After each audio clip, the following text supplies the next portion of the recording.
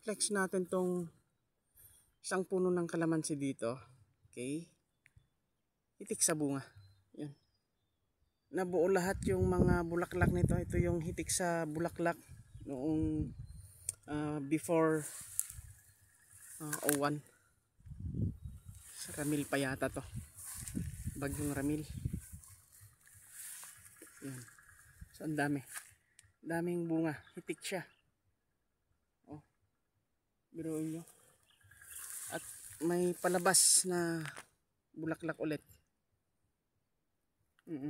At may mga yan, gamais. Yan. Iba-ibang stage. Ganda pala ang kalamansi mga ka-LG. Hindi sabay-sabay yung harvest.